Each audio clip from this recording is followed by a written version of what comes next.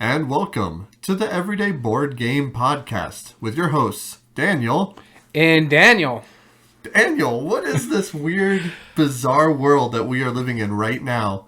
This weird concept of, I can, like, you're here. I don't... Don't touch me. Oh, sorry.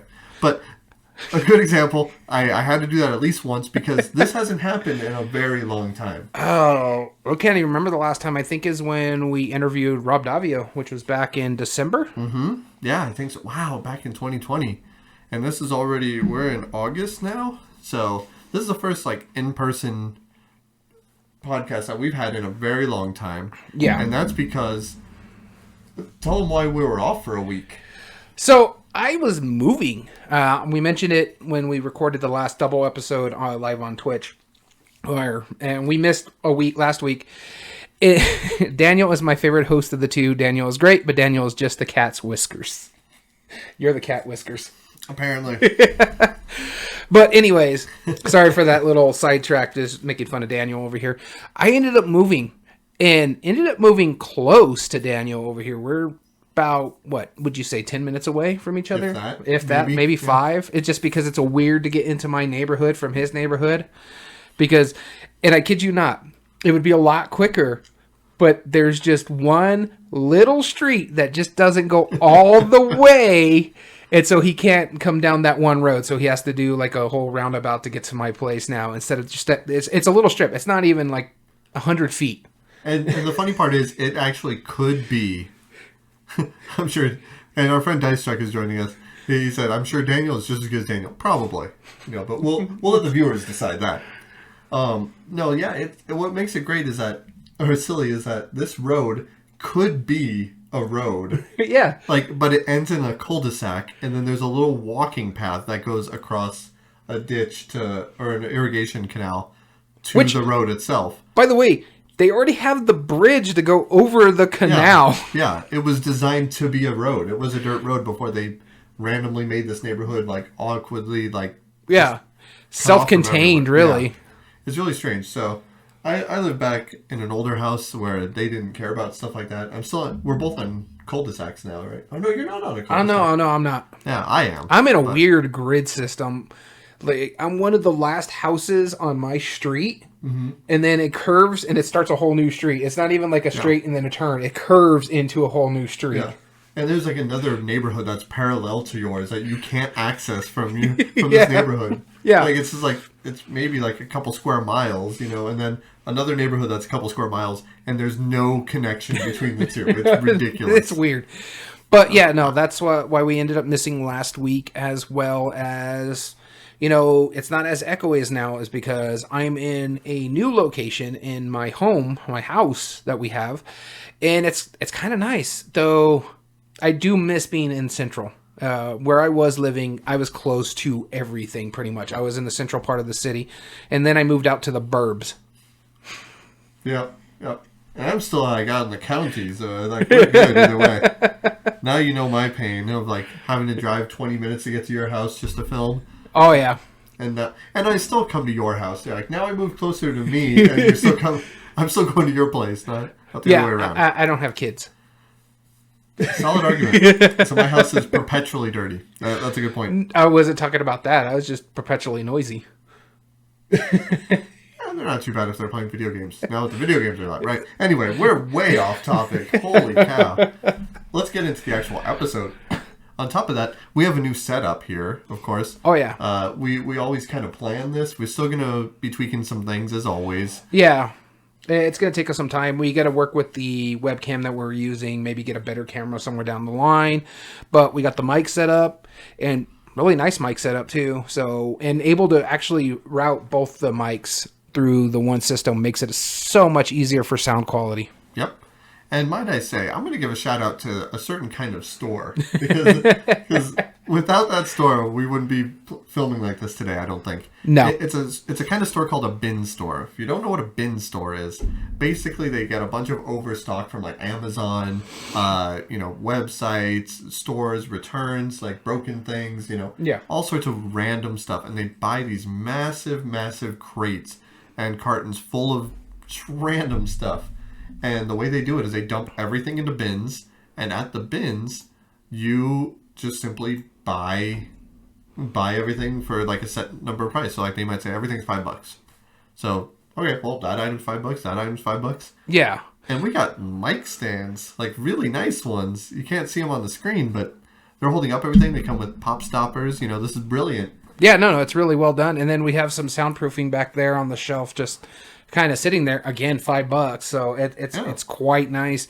I mean, we need more for this room, but even now you can hear that there's not that much echo compared to what we used to do. Yeah, and at our local bin store, what's great is that there was two things that I found there. I've been wanting to find board games at this bin store, which I haven't been able to do yet, except for the same day I bought these. There was 2 board games there. Oh yeah, what board games? Monopoly? First, there was a shelf behind them where everything was a little more expensive. It was kind of like a set price. They had a copy of Sushi Go Party. Nice. It was like $10, which is not bad. Very well done. And then one of the women that were there, I was like, hey, I'm glad to see you guys have that for sale. And she was like, well, what is it? And so, of course, I start ranting. It's like, oh, it's an amazing card game about getting sushi meals. And she's telling her coworkers, and like, wow, we need to buy this. This is amazing. And Dice Chuck, I don't disagree with you. We need all the help we can get. Yeah.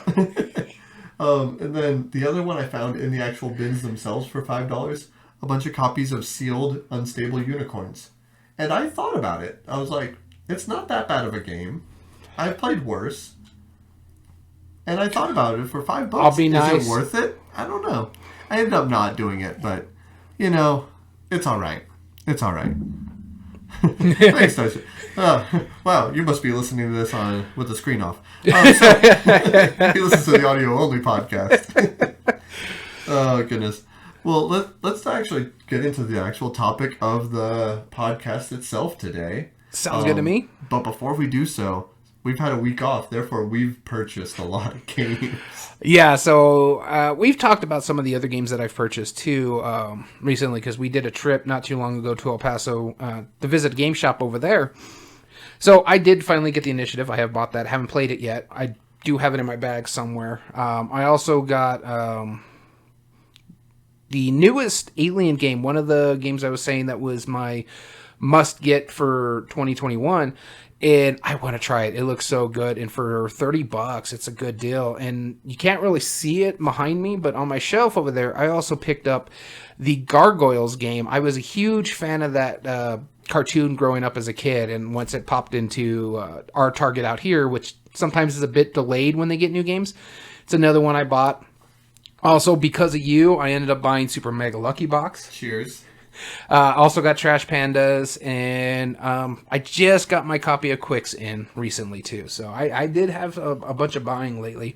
That I played most of these games. There's a few that I do want to get on the table. Like I said, Gargoyles, as well as the Alien Fate of Nostromos. Huh. But yes, Disney Gargoyles Dice Chuck was a wonderful show. It was one of my favorites growing up as a kid. And so from what I've seen of the board game itself, it looks pretty good. So I'm hoping, and Target hasn't really disappointed me lately with some of their new games that they've come out with. So I'm looking forward to it because I really enjoyed the Goonies one. I thought that one was fun.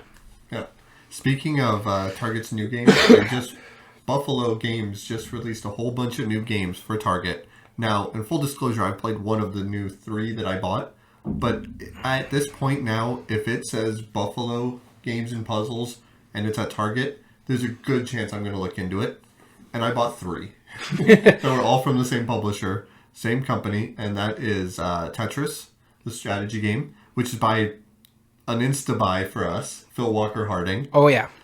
It's cool. I have played it. It's a really fun game. It's not only a really great production, but there's terrible production issues with it. Yeah, I heard there's some issues with the where you got to put the Tetris pieces into it, like they stick. No, actually, that's not. That actually handles that really well. The problem was there's a sticker on the back that's like it's kind of like an overlay, and they made it transparent. And because some of the points you can get extra points by putting certain shapes on other shapes, or certain shapes matching their symbol. So like one might have the L piece, and you put the L down, and if it aligns with it, and you cover it, you get a point. At the end of the game. But at the end of the game, you can't see it because it's covering. And the pieces are transparent, but still, it's almost near impossible. And the way they put the sticker on, it's actually backwards. Oh, man. So the L's are backwards. So what I'm going to do is I'm going to put some tokens in and figure out a way to count points as I'm playing. But that was rough. And then the sticker on the back, it has bubbles on it, but that I didn't see a big problem with it. I mean, it's annoying, yes, but it's not functionally that bad. But other than that, like, the production quality is amazing, and it's like $20. It's super cheap. So that was one of them. Then I also picked up Wonka. The Toy Factor ticket. one, the golden ticket, and that's also by the same. Also a $20 game, and it comes with 60 Wonka bars that are this cardboard, like almost like half tuck box thing that you actually have to build, and then each one has a plastic sliding out chocolate bar, and then full plastic like shiny golden tickets for that you hide in the chocolate bars, and so you're collecting these tokens throughout the game, and increasing your odds to potentially win. But as long as you get at least one golden ticket, you've won.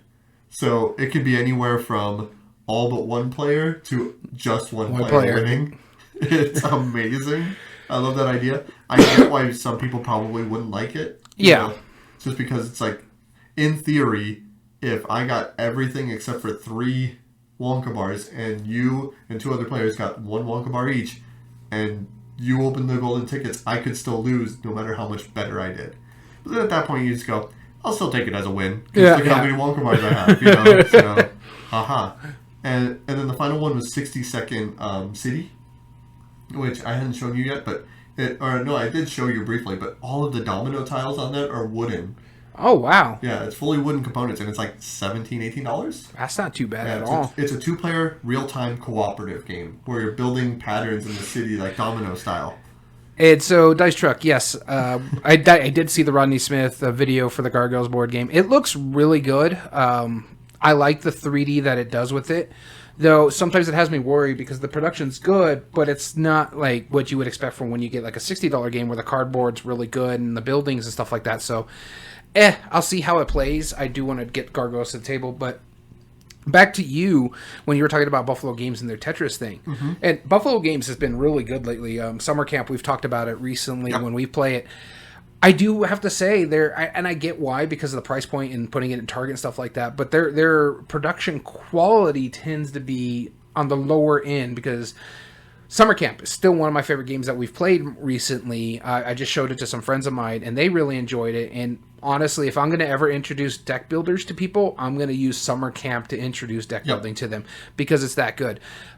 But when you think the game is built upon deck building, which means it's all card play, you would put more of the quality into the cards rather than the pieces that don't get used quite as bit, because the winning tokens, the participation tokens, all those tokens are better quality than the cards themselves. And so I've heard the stuff with Buffalo Games about that. It's just that their production quality is on the lower end. Yeah.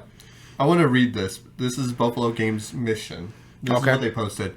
And I appreciate that they're doing it. Because prior to, 2 years ago when they came out with Apollo? Yeah. I hardly knew them. I didn't know. And I think that's because they only made, kind of generic party games. It didn't seem like anything too crazy that I enjoyed.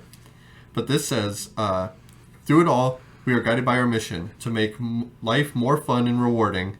Fun is what we are about. From our production line to our work environment to our consumer and business relationships. At the same time, we are passionate about making life rewarding by crafting puzzles and games with superior play value and unparalleled quality. We strive to have everything we do to meet both ideals, knowing that you, in the end, will be the judge. So sit back, enjoy the site, check out our products, and have fun with Buffalo Games. I appreciate the fact, because now I think this unseats GameRight as far as best bang for your buck. As far as GameRight has better games at this line, but if Buffalo keeps going at this pace, yeah, maybe. Wow. The thing is with GameRight, I don't think they've really, other than the Forbidden series, the most recent one I think is Forbidden Sky. Mm-hmm. That was really the only miss for me with some of the GameRight games I've played. Quicks is really good. Sushi Go Party, Sushi Go, those are really good games. Trash Panda is a nice little fun game. I actually got some friends to play Abandoned Artichokes, and they love that game. And so I think for me, Gamewright is still up there with bang for your buck. If Buffalo Games, I agree with you, keep producing what they've been producing, and the fact that they've been working so much with Phil Walker Harding, that's gonna. It's like Gamewright, Phil Walker Harding, now Buffalo Games, Phil Walker Harding.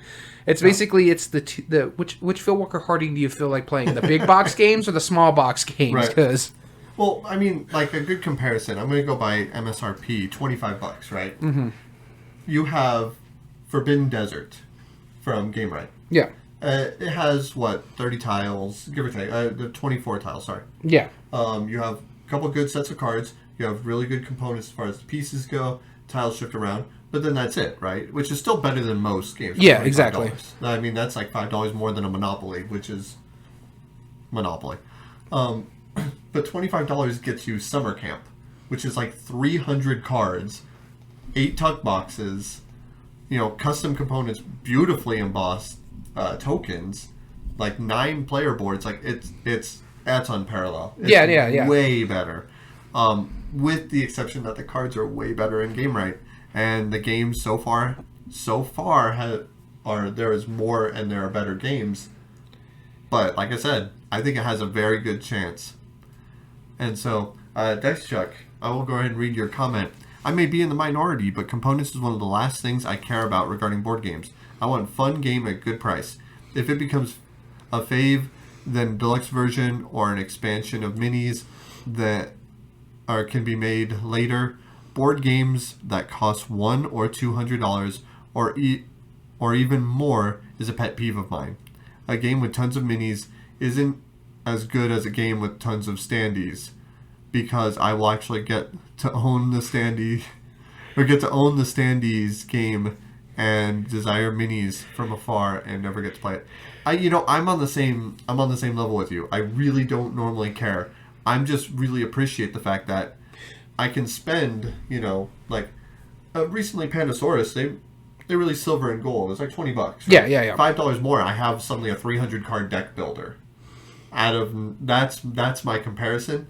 I agree with you. I will gladly pay $50 for a game that I know is fun and has shoddy components.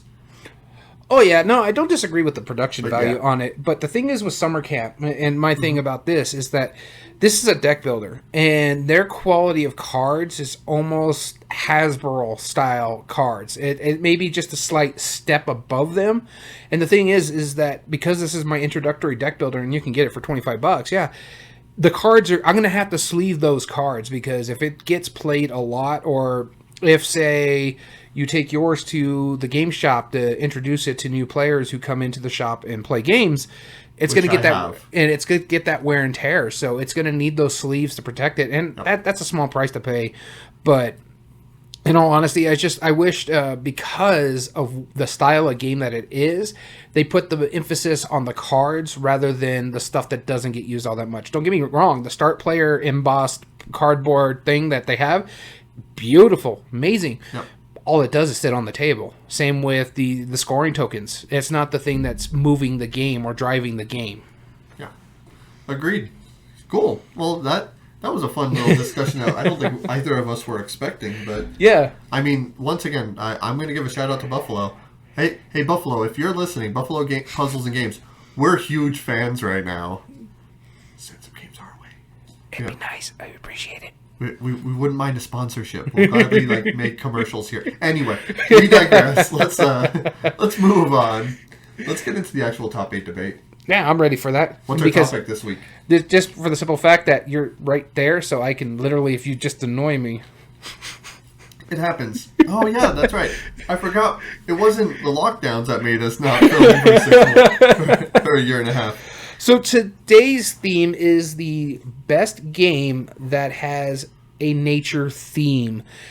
So Board Game Geek says that the nature theme is defined by a game, expansions, promos, etc. featuring nature in theme or gameplay. Very cool. And Dice Truck added into our previous conversation, Star Wars Epic Duels. Game was super poor card quality, which it really was. I used to own it. It was garbage quality. But the game was $25 brand new. I spent $2 putting plain sleeves on the cards, and now it's about 20 years old, and the cards are still like new. But I agree, if you're going to focus on your quality, focus it on the components that will be handled the most. Yes. Yeah. Agreed. Yeah. Cool. Yeah, so our top 8 debates are always handled the same way. We take a theme, or a topic, mechanism, anything on BoardGameGeek.com that we can rank. We put it in order from the top highest ranked from the viewers, or from the votes on Board Game Geek. And then we take the top 8 of the ones that you and I have both played. Daniel, explain to them why it's important that we have both played it. The reason we do this is because this way we can make sound arguments. It's less likely to be more of the, I guess you're right, I'm not sure, I haven't played that before, so I can't really make that decision on it. And this way we can actually make the argument and actually get into fights, you know, what you guys come to see. Yeah, exactly. The fist fight. So we take the top 8, and then we rank them, of course, according to that, and then we debate them over 5 specific categories. These categories we've broken down that we think is effectively the definitive list of how we break these down. And the first one is ease of play. Ease of play breaks down into 3 subcategories. We have simplicity and familiarity with the rules and mechanisms. So if it's a roll and move, it's probably going to score pretty high in that because everybody knows how to roll 2 dice and move a piece. But if it's a roll and move and then you're rolling dice and then go to a combat results table all of a sudden in a war game, well then that's not as familiar and it's not as simple. So we appreciate the elegance of it. And what is the likelihood of getting it to the table? As in either the theme or is it easy to get to the table based on just the mechanisms alone? It's like if you say deck builder, people might stand off a little bit going, it's like magic. No. You play it. You build the deck as you're playing. Oh, okay, well, let's try it. Or if it's like something like a mechanism like a dexterity, anybody can play a dexterity game. Yep. And then likelihood of, AP prone, which is a term called analysis paralysis. What is the likelihood that the game allows so many options or so specific rules that the players shut down on their turn, either trying to consider all of the options or is just overwhelmed? That we consider a very negative on games. And so if you win that part of the game, you're out. You basically lose. Mm-hmm. And before we move on, Dice Chuck says, Wingspan and Robinson Crusoe are the only ones that come to mind on today's topic for me at the moment. I love Crusoe, and Wingspan looks good to me, and I look forward to trying it someday. And we'll get a little bit more on Wingspan here in a bit. But the next criteria is replay value. This for us is meaning the length of time as well as the scaling. Does a 2-player game play as well as a 4-player game? And does it add too much time when you add more players to it? Minimum number of plays to get the full experience. This means how many times do you have to play the game to really fully grasp what's going on in the game? Or is it, as we said, a simple roll and write? You roll some dice, you mark some numbers. You play that once, you pretty much know how to play that game. As well as expandability. Already existing expansions, up to 1 possible future expansions. If there's a Volume 1, we're assuming there may be a Volume 2 somewhere down the line. Or it's been confirmed by the designer or the publisher. Okay. Next topic is art and production. Art and production breaks down into 3 easy categories. Art, for one, which we know is subjective, but there are very clearly some games that utilize the art to benefit the game itself. And some, not so much. Yeah. The pieces and components. We had a discussion about this already, but if you're playing a deck building game and the cards start sticking and because there's poor quality cards, that's going to take you down a notch. And design. Specifically, we like to focus on graphic design because something that longtime viewers of the podcast will know, Daniel and I are both colorblind. If your game's not colorblind friendly, we're going to knock it. We're knocking you down real fast. And you better believe it, because that matters. Or, functionally, like if it's just like a wall of text, like on or a single iconography, card, or like overwhelming iconography, if it's not clear what the icons do, I'm looking at you, Race for the Galaxy. Then, it's just not as fun for the players because you have to keep looking at a reference card, or like when you have a reference sheet that's like the size of the table, and to figure out all the icons on the card, then your icons aren't doing what they need to do.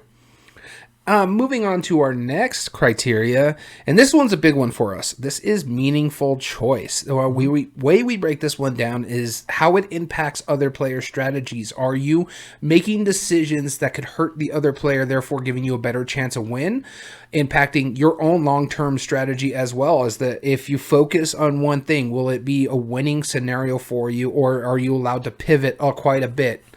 As well as, do arbitrary choices make an impact on the game? And what we mean by that is, if it's all down to dice rolling, you have no way of winning that unless there's mitigating factors like playing a card that allows you to flip something, or using it where you can use one thing to flip it to a 6 to a 1, and that kind of stuff. So if it's just straight pure dice rolling, then it's lucky and it's an arbitrary choice. Mm-hmm. And finally, our last category is game immersion. Does the theme match the mechanism? In this week's theme, we picked nature games. Does it feel like you're in nature or interacting with nature? Or is it just a nature theme playing, poker? Yeah. That's something that we're really going to have to focus on, and which brings out that theme. Secondly, player interaction. We love it when games bring out the best in player interaction, and the players talk to each other in character. They role play. I don't like role playing games, but if I'm talking like a pirate because of one of my games, I love it. I think that's really important. And then finally, memorable moments. The stand-up times where everybody stops what they're doing, stands up, starts cheering, and people from other tables start looking like, what game are they playing? There are some games that do wonderful times with that. Or that could be vice versa. What games have given you really bad memorable moments? Like, man, this one time I played it, it sucked the fun out of that. That game caused us to play for 5 hours too long. Yeah, no. Dice check. I see Daniel was scarred by Candyland and Snakes and Ladders when his young self realized that those games have zero choices. Yes. Yep. Yes, I was. And finally, the last thing we do need to mention, every Top 8 debate, we put a poll on the Board Game Revolution community on Facebook. That is our tiebreaker. If for some reason me and Daniel cannot come up with a concise winner, we go to the fan vote. That's right. And Daniel, I hate to say it, I've broken theme this time around. Really? I don't have a coin on me. I gave away all my pocket change for once. So I'm going to have to ask you for not only the Cup of Doom, but the Coin of Doom as well. I may have to do the Die of Doom because I don't have a coin in here. We'll do a Die of Doom. Unless one of your games back here has a coin, we'll talk about that.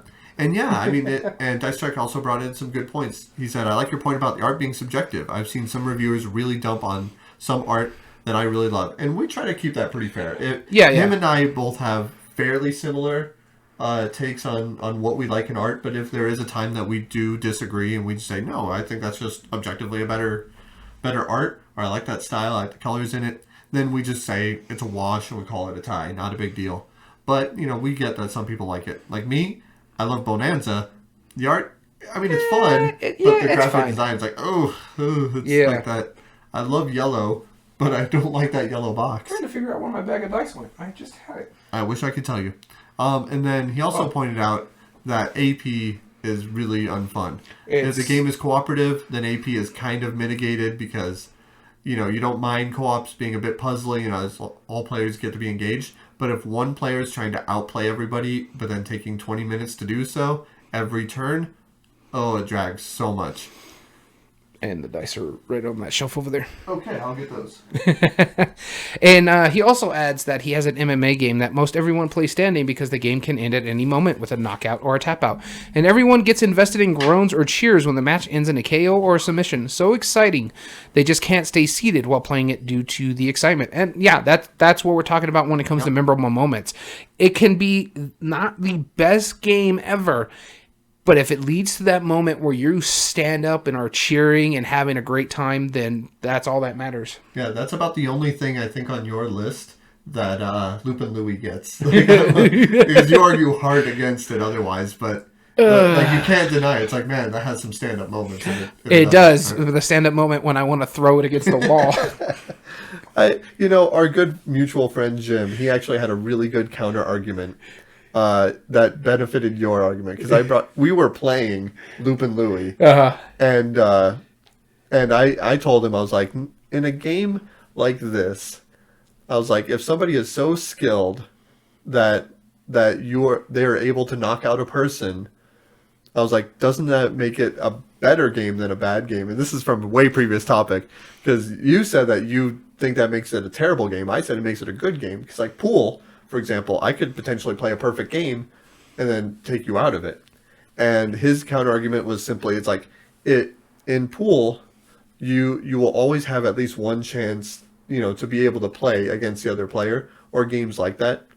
In Loop and Louie, somebody could potentially make it so they only play, and you never have the opportunity to play, which I think was your argument. Yeah. But he said it so much better, and I kind of had to concede to that. I still think it's way more fun than most, but I'm starting to see your argument. Nah, yeah. And the thing is, like your counter argument was like, someone's skilled and they can do it, and yeah, it's fine. But a lot of those games that you're talking about that require skills, you're usually playing against someone that was at your skill level. If you're playing someone who doesn't have that skill, it's going to take them out of the game. Yeah, and so a good comparison and a weird comparison I would make is like football. Like, technically, if there's a team that's so much better than the other team, they're going to be scoring all the points, they're going to be doing all the stuff, but they never prevent the other team from touching the ball at any point. There's always, as soon as they score a touchdown and they get their field goal, which inevitably they do because they're that much better, right? Yeah. The bad team, they get that chance to return the ball, and at least they have 4 turns to do it. Worst case scenario, unless they get intercepted, of course. Unless they score a touchdown in overtime, and then no. Yeah, I mean, but that they still touch the ball. It's still in their control. Then at that point, it is skill. So I'm starting to see your argument, and I'm curious. The next time we end up arguing about Loop and Louie, I'm going to have to concede a little bit for it. All right, but with that being said, let's get into some of the honorable mentions from our audience, as well as our honorable mentions. Starting with Ben, he added Parks. You've played this, I haven't, so go ahead. Yeah, I think Parks is an absolutely brilliant game. We're going to be talking about it a little bit more here in the future. All right, Dice Chuck says he's played a Star Wars trivia game with friends, and you have to get a question wrong to end your turn. Therefore, they will never play that game with me again because they don't get the play. Because I'm a huge nerd. I get it. Yeah, it's like me trying to play like the Big Bang Theory trivia game against my wife. It's not going to work for me in my favor. So much to the point where you got rid of it. I never actually had it. Wasn't it you? No, it was our mutual friend who gave me his copy of the Big Bang Theory game. Right, because I gave it to my wife and my father-in-law. So the next one added by Ryan, he added Oceans, which was not on our list. And so you know more about Oceans than I. We'll talk about it a little later. Okay. Next added by Vincent is Dominant Species. Now, I think this is a game that neither one of us have played. No, I've been wanting to. I have had opportunities to buy it. It's just the components look so dull. Yeah. And I know I'm not a component person. I love Euro games, but it's hard for me to imagine different colors of cubes as different species of animals, and that's really tough for me. Yeah, no, when it comes down to that, when it's just cubes to make a resource, like that's why I have such a hard time. And as you can see on my shelf behind me, I have Agricola. Mm-hmm. And I have issues with Agricola just because the discs. I don't feel like I'm playing as a person. Yeah. It's because it's a disc. It's a disc, yeah. Whereas I get that with Dominant Species as well. I do want to try to see it. And Tom Vassell raves about Dominant Species. I've heard really good things about it. Mm-hmm. It's a hard. I think it was on one of their top 10s where it's like great games that are ugly or something like that. And Dominant Species was up there. And I agree. This is probably one of the ugliest games out there, especially for what it's trying to convey. Yeah. I mean, all they need is just like little dinosaur meeples. Should be fine. Yeah. Like that, I think, would solve the problem. Dave added Photosynthesis, which you have not played this one, right? I have not. I've been wanting to try it. I've heard really good thing about it. And what makes it really brilliant, and I really appreciate this fact, is that it is a perfect strategy game. It is a perfect strategy game. There's no random in this game. You put your piece out, and that affects the shadow of the other people. You know where the sun's going to go. Yeah. You know where the shadow's going to go. You know what everything's going to be. Everybody knows this, and you have to outplay the other player. I think that's really brilliant. I have not played it in about 3 years. And I own it. I do want to try it. It looks really good. I just haven't got it to the table. Yep. And now, Daniels, don't be component snobs. Wag finger. Give those wooden cubes some love and use your imagination. Oh, yeah. No, I get We are huge Stefan Feld fans. yeah, I was going to say. I have a whole shelf for Feld. I don't know if you can see it. I don't even know. Probably not. No, it's at the bottom shelf right there. Yeah. You put Feld on the bottom? What's wrong with you, sir? We need to fix that. That needs to be right up here, like right in our peripheral. I'm not done getting my shelves together. I just put it there for the Rising Sun needs to drop because it's so heavy, and Feld needs to go right there. Hey, those hold 300 pounds each, all right? So 1.5 Rising Suns. Got it. All right, so the next one on our list was added by Tana, and she said Meadow. I'm not familiar with this one, are you? It's brand new, yeah. It's brand new. It looks super cool. The art is very pretty. Other than that, I don't know anything about it. Yeah, I'm not too familiar with it. I've watched part of the review and I fell asleep because that says a lot. No, it was late at night and I was watching the review and I just crashed out. But from the 2 minutes that I got into it, I was like, "Man, that looks really interesting," and I was out. No, yeah. Next, added by Michael, Root. Oh man, I have love-hate with Root. I ended up selling my copy with the expansion because I couldn't ever get it to the table. I bought the app for it so I can learn how to play it and then teach you guys excitingly, and I just could never bring myself to do it. It uses kind of random dice rolling for combat. Yeah, it's a strategy game, but because of how different it is, it's a perfect example of be careful what you wish for. Everybody's been thinking, it's like, man, we want a good, solid asymmetric where everybody can play and have just as much of a chance as anybody else. And it's just, I don't know, it's so tough. I'm waiting for the lightweight asymmetric game. Maybe Fort. I heard Fort, yeah. But Root, I want to try it. It's one of those things, and I do have a heavier asymmetric that I just got. Mm-hmm. But it's nowhere near as heavy as Root. And this is that Tsukiyumi Full Moon Down. I finally got my expansion, or my Kickstarter in. And I was going through the rules, and I was watching Watch It Played and how to trade it. And I'm like, oh my god, this seems simpler because everybody does the same kind of actions. You just have different ways you go about it, from what I could see in Tsukiyumi. Yep. Whereas Root, it's just like, oh, you do this. This character does this. This character does this. It's completely asymmetric, and it's rough. It's one of those games that once you know how to play it, it's a lifestyle game. That's all you're really going to play for years on end, and there's nothing wrong with that. It's just, we like board games and we like collecting them and having fun with them. And so if it's a lifestyle game, other than the only lifestyle game I'm in right now is Gloomhaven. Yep. And that's the only one you should be in until we get those legacy games back on the... Do you still have the legacy games? I'm sure you do somewhere. They're up there. Okay. Good man. And the next on our list here was added by Joel, and I didn't put this on my list because it wasn't in the category, but I thought about it because Oceans is on here, and that's Evolution. I really do enjoy the game. Now, I finally sold it. Just recently, when we went last to Tucson, it was in my sale bag just because it never hit the table. Really? Yeah, wow. I think the last time I played that game is when I showed it to you and your wife. That was about 4 years ago. Yep. And so it's a great game. I enjoy the game. It just never hit the table. And I enjoy it. You're basically creating creatures and evolving them to survive and try to get the most points as best as you can.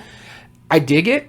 I am a really big fan of it. If you can find Evolution, The New Beginnings, that was the Target exclusive for the while. Yeah. I think that one is a lot better for what most people want it for. But Evolution, I really wanted to get the climate to go with it because that changes some stuff up. But again, 4 years. And Dice Truck brought up a good point. The most asymmetric game he has is Vast. The Crystal Caverns. It's a wonderful game, but it's murder to teach due to being essentially 5 games in one, so it never hits the table. I joined one of our mutual friends at one of his game nights, and I remember I showed up, and they were playing Vast. And I was like, oh, like, how long you guys have been playing it? And he was like, oh, well, we've been playing it for about an hour now. I was like, cool. All right, that works. He was like, all right, and we're almost done with the first turn. It was like, whoa, okay. They ended up playing it for a total of 3 hours. I sat there for the next 2 hours, and they were maybe 2/3 of the game done. Before they packed it up. They didn't even finish it. They were like, it's cool, but everybody was like, at the same time, it's hard to justify. I've played Vast, and the thing about Vast that bothered me was that if you're playing a 2-player game, you can only play 2 characters. You can't play anything else in the box. Yep. It depends on how big the player count gets, which characters can be played. And I have an issue with that, because if I only ever play at 2 players, I can only play as the hero or the cave, I think it's what it is for 2 players. That's it. Mm-hmm. And so I don't get to see what those other ones do unless I play with a bigger player count. And then it becomes more of a chore because, again, like Dice Chuck was saying, you can't teach the game to people. It's you have to give them kind of an overview how the game works, but they have to learn how to play their own character because it's completely different than what everybody else does. Root is effectively the same way with the cats and birds. Inhabit the Earth was added by Kevin. Not heard of this one. No, I straight up honestly, if it's cool, it's cool. I don't know. Yeah, I have no clue about this one. I've never heard about it before. Cool. And we have some comments down below. Tim says, with genotype count, it doesn't seem to be listed on BGG. It seems at the very least relevant to people interested in the natural world. I said yes, and again, I clarified that we only use BGG as a way to find the games that we debate. Mm-hmm. Yep. Yeah, it's weird. Genotype probably would count, honestly. You know, I like I said, I would count it. Like I said, we just use Board Game Geek. This way we can reference it for people. And sometimes Board Game Geek has ones that don't fit in the category. Like there was like a category I saw the other day. It was like 5x5 grid, and there was like a level 99 game. And I was like, wait, this counts. Like, or real time games, and like one of those real time games wasn't part of that list. It was really strange. Joel says, I prefer the Evolution Oceans line of games. Cool. And then finally, Kevin added, I add the best one, in my humble opinion, Inhabit the Earth. Again, sure, if it's the best one for you. I have no clue about that game. I'll have to look it up later after the podcast, but yeah. Yep. Cool. And so that was our contributors on there. Thank you all for everybody who commented and voted, which lets us get into the debate. Yeah, and so we're going into the top 8 debate of theme. Nature is how you can find it on Board Game Geek. Okay. So let's go ahead and start off with the Die of Doom that I got up. Should we tell the brackets first? Let's say, yeah, we can do that. Or we can not jump ahead like in our normal format. Yeah, our brackets. We have our number 1 seed, Wingspan, as if there was any question on that. Going up against our 8 seed, Planet. Our number 2 seed, Everdell. Going up against our 7 seed, Kodama. Our number 3 seed, Takanoko. Going up against our 6 seed, Reef. And our number 4 seed, Abyss. Going up against our 5 seed, Mystic Veil. That 4-5 is going to hurt me. Yep. That's I already have a favorite of mine so far, but we'll see how the debate goes. Yeah, sounds good. And Dice Chuck was bringing up War of the Ring is asymmetrical, but the players at least are mostly using the same rule set, where Vast you are not. I don't disagree, and you just gave me an idea for us to do as a top 8 debate if we can ever get 8 games played of asymmetrical games. Yeah. Technically, chess is asymmetric. The player who goes first has a distinct advantage. Yeah. All right, you ready it's to not asymmetric at all. Disney Villainous technically is. You ready to get into this? Yeah. I'm tangenting like crazy. So, here we go. Let's talk about our honorable mentions, though. Oh, that's right. We're going that's ahead. Right. That's right. Uh-huh. Yeah, it's my turn to go ahead. All right. So 1, 2, or 3, you'll go first. 4, 5, 6, I'll go first. So Daniel, you'll start us off. All right. So my first honorable mention here was mentioned in the comments, and that is Oceans. Now, interesting fact about my honorable mentions. I haven't played a single one of them. The thing is, all 8 games in the top 8 debate are the ones that I've played, and from their nature category, I didn't play any of these. Now, I played some of the ones that were mentioned, and Oceans is one that I haven't played. Now, Oceans, from my understanding, is a lot like Evolution, but in the ocean. The art is amazing, and it's beautiful, and I wanted to do that Kickstarter just because of that art alone. The watercolor looking art that they put on it is just amazing. I think it plays a lot like Evolution, just in the ocean sense, with some changes and some tweaks, but I haven't actually got a chance to play it. But man, do I want to. Cool. My number 3, how dare you cheat? Not putting games on your honorable mention that you haven't played. Mine wasn't on the list. So my number 3 is a card game called Ohanomi. And in my defense, it's about planting a garden. Yeah. I think that's nature, personally. It doesn't have little creatures or bugs going around. But hive only is bugs. So if you're going to say hive counts as part of the list because there is bugs moving around like bugs do, then me planting a garden, things that grow in nature, I think counts. So Ohanomi from Panasaurus Games is a game where you are planting 3 gardens and you are adding water, flowers, and 2 other types, stones, something else. And you have to add them in numbers. You have the numbers 1 through 120. And when you are playing to each of your gardens, you have to either play... Water, grass, stone, flowers. Yeah, water, grass, stone, flowers.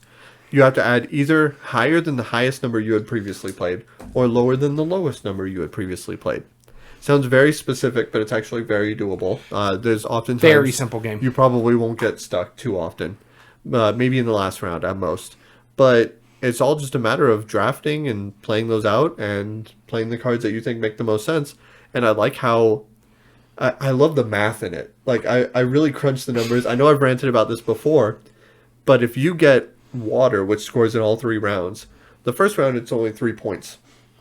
Second round, another 3 points. And third round, another 3 points.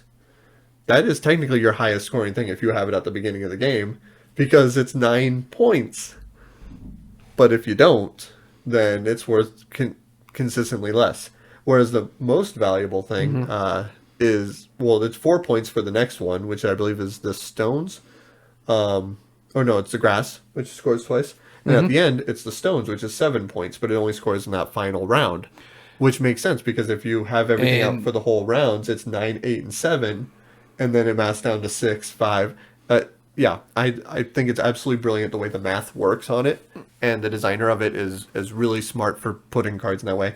That's a super rant. It's actually really fun, too, if you don't like math. So yeah, no, it's a gorgeous game. I actually just recently played this last Thursday. Yeah. And I had a good time with it. It's a card game that I have to pick up. I'm a very big proponent of having a lot of small card games because they're just so simple. Like, I go over to a friend's house to swim in their pool, and when we get out and dry off and have lunch and stuff like that, we'll bust out little card games, roll and rights or card games. And this would be perfect right up that alley because it's so simple, so easy to teach and learn. It's beautiful. That's a good choice. Thank you. Wow. Sorry that wasn't on your... It wasn't on the nature list. That needs to be fixed. All right, going on with my breaking the rules. Which, I'm going to rant. Herbaceous is on the list. Herbaceous is on the list, but Ohanomi isn't. Anyway, rant over. You may continue. So my second game on my list is another one I haven't played, but I really, really want to. No one I know has a copy of it, or I haven't picked up one myself. And it's by a designer that we're going to be talking about a little later, and that's Elizabeth Hargrave. And this one is Tussie Mussy. You're making Victorian flower gardens, and I think the whole point of the game is, or the whole thing of the game is like there's 18 cards. That's about it. And you're going through and... building yourself these gardens. You're trying to, I think it's like betting and bidding and stuff like that on cards and stuff like that. I want to try it. I really do. It's looked good. I've heard good things. I am a big fan of Wingspan. I want to play this one, and I'm going to be talking about another one in a little bit. In theory, I should be getting it soon. In theory. My number 2 is a game, a friend of the podcast. He's been on our podcast before, John D. Clare. He likes to take games that he is in no way inspired by and make it revamp to being kind of better. This is one of the few examples. I think they're both the same, but I'm saying Ecos by him. You're building an Ecos communally as a group. I think it's called, the full name is what? Ecos, the First Continent or something? The First Continent, yep.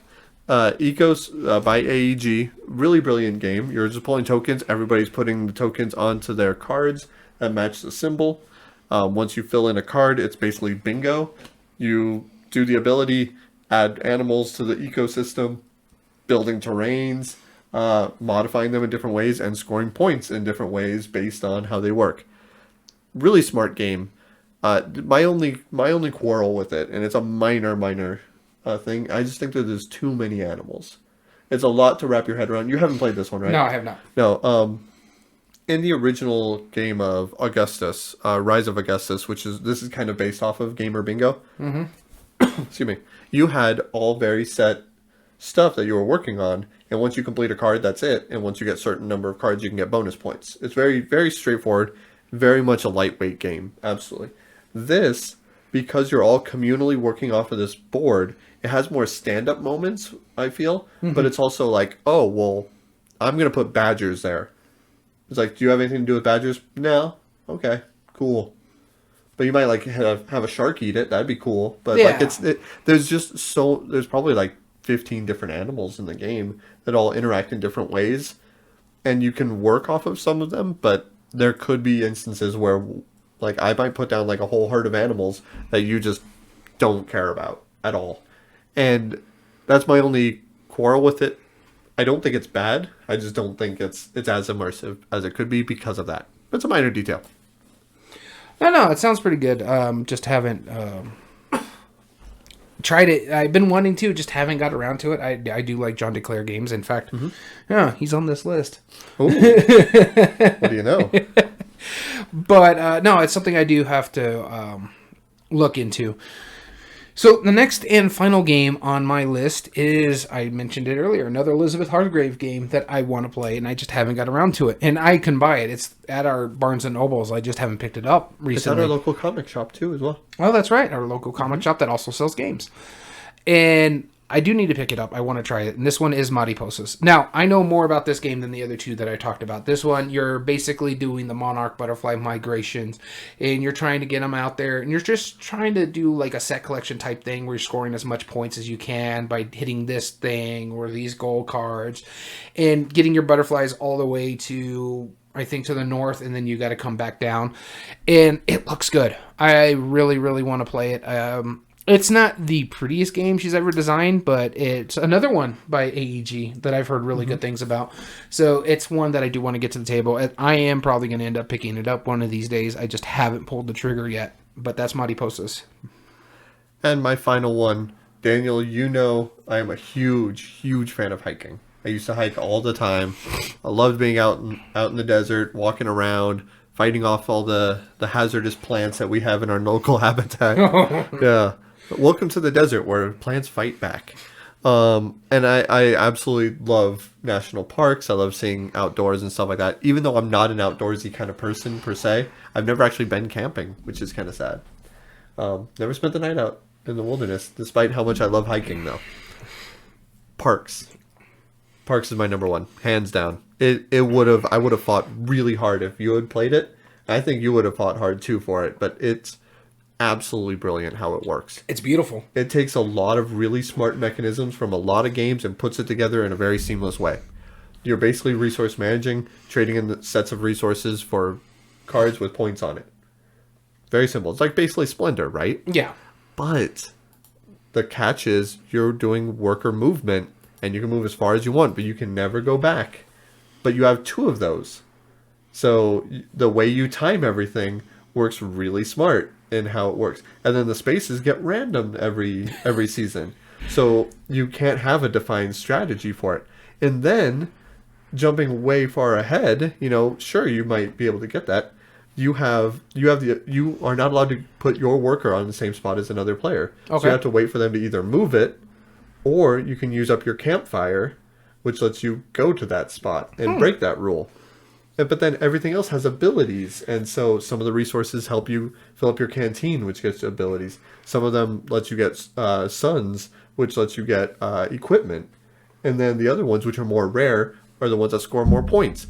There's so much really smart trade-off, and it's a gorgeous game. Oh my goodness, I'm so glad I have it in my collection. I cannot be more happy about it. I think it's absolutely brilliant. I can't wait to get Trails, the sequel. I was going to say, you also picked up Trails. Another one we mentioned at the top of the podcast, Target has really stepped up their game with some of the games that they picked up. Yep. No, I do need to try this one. I really do want to try this one. But it made me think of something that I'm surprised wasn't on the BGG theme nature list. Trekking the national parks or trekking the world. Oh, yeah. Huh. It wasn't on the list. Sorry, Ohanami, that would have been my number 3. Absolutely. Trekking is a really smart game. It's basically like Ticket to Ride, but with abilities. Yeah. Wow, that's a good point. I didn't realize that. When you were talking about like parks and the national park stuff, I'm like, why wasn't trekking on this list? Yeah. It just randomly thought of it right now. So. All right, you ready to get into this? I'm ready. Let's do this. Let's get into this fight. All right. Let me see if I got my bludgeoning weapon nearby. There it is. All right, here we go. I'll just jab you right in the eye. All right, cool. So we're going to start this off. I have the Die of Doom, same thing. 1, 2, 3, 4, 5, 6. Let's see who goes first. I'll be taking the first argument. This will be between Wingspan and Planet. Planet, hands down. Can't wait to do this. This game is about building an ecosystem. It's a really solid game. It's incredibly smart because you have pentagonal magnetic tiles. You're building on an dodecahedron, if I'm not mistaken, a 12-sided die. It has 12... Because an icosahedron is a 20-sided. A dodecahedron has 12 sides on it. It's basically, it looks like a soccer ball, kind of. A soccer ball has different shapes, but it looks kind of like a soccer ball because it's a bunch of pentagons. Each of these pentagons have one of like 4 different terrain types. There's like desert, there's water, and it's pretty clear. Even though it's basically just colored, I can see it pretty well, and so can you. You know, there's 2 that really touch, like the grasslands and the desert were really similar. Yeah. But everything else is really clear as day. Yeah. And so you're putting them on this, and you're building a planet, and all you're doing is just drafting these tiles. That's all it is. And when you're all done, you're going to have this beautifully constructed planet, and then you're going to be revealing different ways to score points. Throughout the way that you score points is based on like which regions are touching each other. Certain animals like certain regions. Like if you have a region that does touch one style but doesn't touch another, then that's how you score those animals. It's super smart and it's really fast. And then at the end of it, you have this beautiful, like big chunky component of magnetic goodness. You know, as you have this 3D planet that you have constructed. It's really smart. I like it a lot. It's going to be hard to go up against Wingspan, but it definitely has... It beats it out in a lot of categories. It doesn't have a chance. The problem is Wingspan's ranked 20 on BGG for a reason. And it's not just because of the Stonemaier factor. It's a really good game. You're basically... Some people will say you're... from what I've heard, you're bird watchers, and you're going to their habitats and seeing the birds, and these are the ones that you're marking on your book. I've also heard that you're making a habitat, and these are the birds that are living in your habitat because you made it a safer place for them. So take it what you will, but I've heard it's more about bird watching because shockingly enough, surprise, she made a bird game. Elizabeth Hargrave is actually a big bird watcher. I wouldn't have guessed. What do you know? So the thing about it is the art is amazing in this game, to the fact that they made their own art book based off some of the art in this game by the 3 artists. Another thing about it is it's not as easy to teach and learn as, say, Planet is, but it's up there. It's when you say like Ticket to Ride, where it's like entry level game for players. I say Wingspan's just right above that. It's one of the... No, I strongly disagree with that. Ticket to Ride is incredibly simple. Yeah, but I'm saying like when you're talking about like the welcoming games, I think is what Dice Tower calls them now, or gateway games. I'm saying Wingspan is a step above gateway. It's like... Are you saying because of the theme or the mechanism? I just think just the complexity it's more complex than Ticket to Ride, but it's not so as complex as say something like Terraforming Mars. So it's that's still a huge jump. I would say it's a lightweight more than a heavyweight. I would say it's definitely heavyweight. If it's lighter day, it's heavyweight for sure because of how many moving parts there are. The thing is there's not that much moving parts. You're just going down a line and activating powers. Yeah. That's what I'm saying. that's you have to choose which action I'm not saying it's a gateway game. I'm saying it's a next step up. I think it's definitely middle heavy. I would not consider that middle heavy because Terraforming Mars is considered middle heavy. By people who are wrong. Have you seen the weight complexity on BGG? I don't disagree with that. I think that the complexity is right on par. I think they're about the same. Because Terraforming Mars, there is a lot more moving. Each of the cards are more complicated, but you're not doing anything other than playing cards. There's a lot more moving parts in Terraforming Mars than Wingspan. As someone who's played a mess at a both of them. I've played a lot of both, and they're about the same. They're not the same at all. Absolutely. I would teach someone... You're saying like the next level up would be like Carcassonne Hunters and Gatherers. You're like, oh, that's as complicated as Wingspan. No, Wingspan is way more hard to get into. It's a hard learning curve. It's not that hard of a learning curve. I've taught this to more people, and I get my butt kicked by them, and I've played this by far. It's not that hard to learn. I'm just saying it's not as hard as it's you're right. It's not as hard as it sounds. It's harder than it really is. Nah, it's not that hard. I've played other engine builders. The only engine builder I think is simpler than Wingspan is Gizmos. There's plenty of engine builders I've played. Any deck builder. Yeah, I guess you consider a deck builder an engine builder, I guess, but that's beside the point. I don't consider deck builders and engine builders the same thing. Are you saying tableau builders then? All right, fine, tableau builders. Okay. But I think Wingspan is not that difficult. It's easily one of the best produced games on this list. Easily one of the best produced games. There's a lot more meaningful choice in Wingspan. A lot more meaningful choice. I really get more into the immersion of itself in Wingspan than Planet, because when it comes down to it, I'm just kind of matching my territories together to try to score a card more so than not. But AP prone, I do have to say that Wingspan can lead to a lot more AP analysis paralysis with some people, especially when you get into more of the expansions into it. But when talking about replay value, there's supposed to be 6 expansions in total. Yeah. To the fact that they're making a nesting box for future expansions. And they've only had 2 released. Yep. So for me, I think Wingspan is the better game and should move on. I like Planet. I think it's a good game. The thing is, it's just not as enthralling as, say, something. You don't get as deep into it than you would, like, with, say, something with Wingspan, where you're like, oh, don't take that penguin. Don't take that penguin out of the tray. I've had people yell at me because I took the penguin. Oh, yeah. Well, it's because penguins are amazing. But, yeah, I'm just saying. They're birds that wear tuxedos. Come on, they're amazing. No, but, I agree. Wingspan should move on, but that...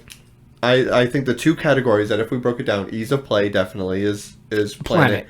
And production. I don't know. I like the art better in Wingspan, but that production of building a 3D planet is incredibly immersive.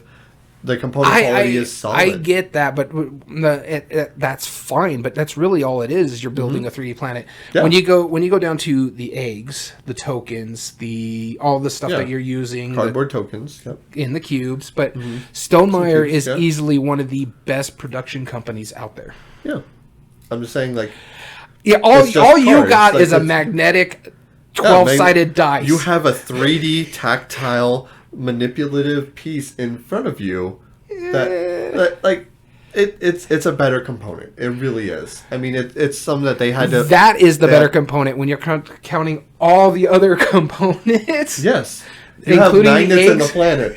All of those together work really well. The 2 different components. That's it. I'm saying, like, all of the components are fine in Wingspan. They're good. They're better than average.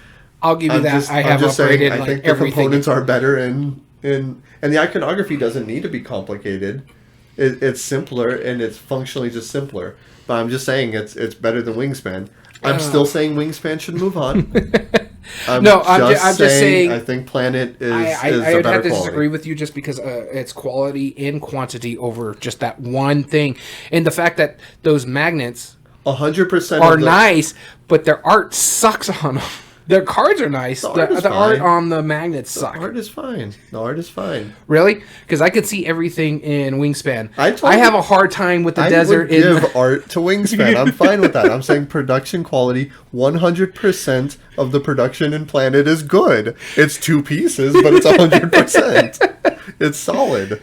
Wingspan, it's okay. The cardboard tokens are a little chintzy. It's fine. The bird feeder is cool. The cardboard pieces are not chintzy. They're Quaxaquedlingberg quality. Yeah, and that's fine. It's okay. It's nothing special. It's not something I'm going to write home about. It's like, hey, Mom, let me tell you about this cardboard worm. Really? This coming from the guy who has some of the worst produced games out there. My production quality doesn't have. I'm not talking about your games. I'm talking about some of the stuff you collect. Don't even get me started on that one game that has the worst insert ever. But I admit that. And don't even get me started on that birdhouse. I'm sorry. It's staying. How many of the pieces have you replaced in Wingspan? I did get the upgraded components for the food pieces, just because I wanted it. The upgraded components doesn't mean it's not great already to begin with. It's just, it's nice. Yeah, it's nice. Because people provide nicer upgrade components compared to Planet, where it's basically the upgraded component. It's a one and done. And you don't need to upgrade it. It's honestly, fine. it's perfect. Other than a friend of mine made me 3D printed birdhouses for Wingspan as a gift. That's the only other thing I've upgraded. Yeah. But that's just because it was given as a gift. We'll make this ultimate game. The centerpiece is a magnetic dodecahedron in the shape of a blue jay. Okay. All right. All right, Wingspan moves on. Thank you, Dice Chuck, for putting an end to this. All right. So our next round... I bet you my wife is in the other room where she's like, oh my god, this is going to be my life now, isn't it? Well, the good thing is she doesn't have to stream us anymore to troll us. She can just pop her head in the window. Or in the door. You'll be starting us off on this next round. Everdell versus Kodama. I got Kodama, the one I least remember. Do you want me to help remind... Yeah, give me a little rundown real quick. So Kodama, the way it works is that you are playing cards into like this 3D really neat tree, and then you count the features that are on that tree down the branch to the base. Yeah, it's the... It is a drafting game. Yeah, I forget the exact mechanism for drafting. I'll look into that here in a minute.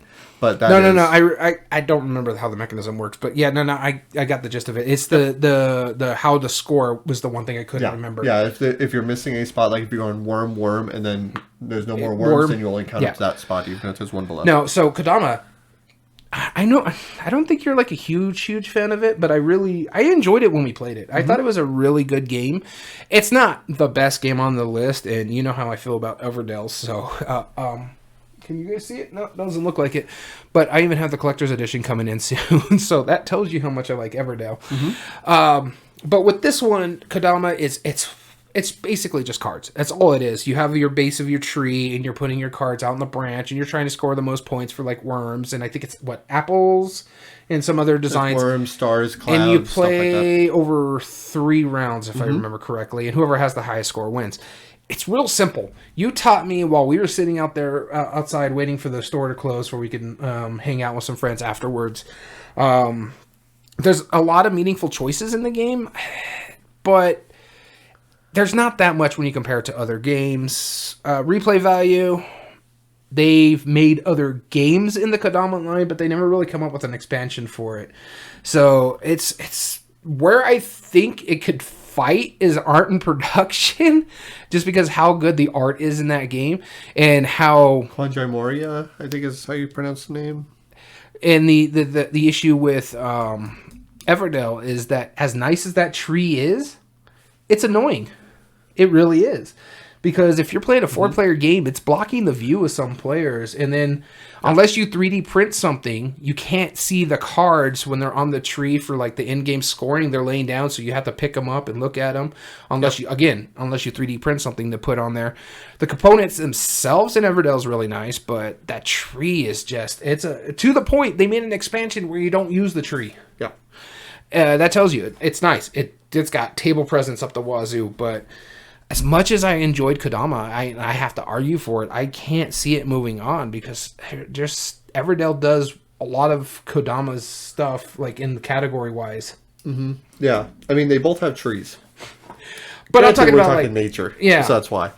No, I don't disagree. It's it's a simple drafting game. It's made to be a simple one with a really cool twist to it, and the fact that you're building this 3D tree. And so and technically you're you laying your do, cards angles. just right and stuff like that, and you can't get it below the trunk or something like that. Yeah. So like functionally, it adds this extra little twist to it that you can only if you're trying to score the most amount of points you can, then you're going backwards in a way, which is kind of interesting. But it's still like, okay, when do I want to place this? When do I want to plan accordingly? And so that makes it a very interesting choice. The only problem that I have with it is, as fun as it is and how popular it is at the shop, and I do own it, and I happily own it, I keep forgetting I own it. until we see it on a list, I always forget that I own the game, and I feel like it's forgettable, and that's kind of sad.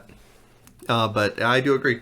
Everdell, for reasons which we will debate later on, I think we'll move on.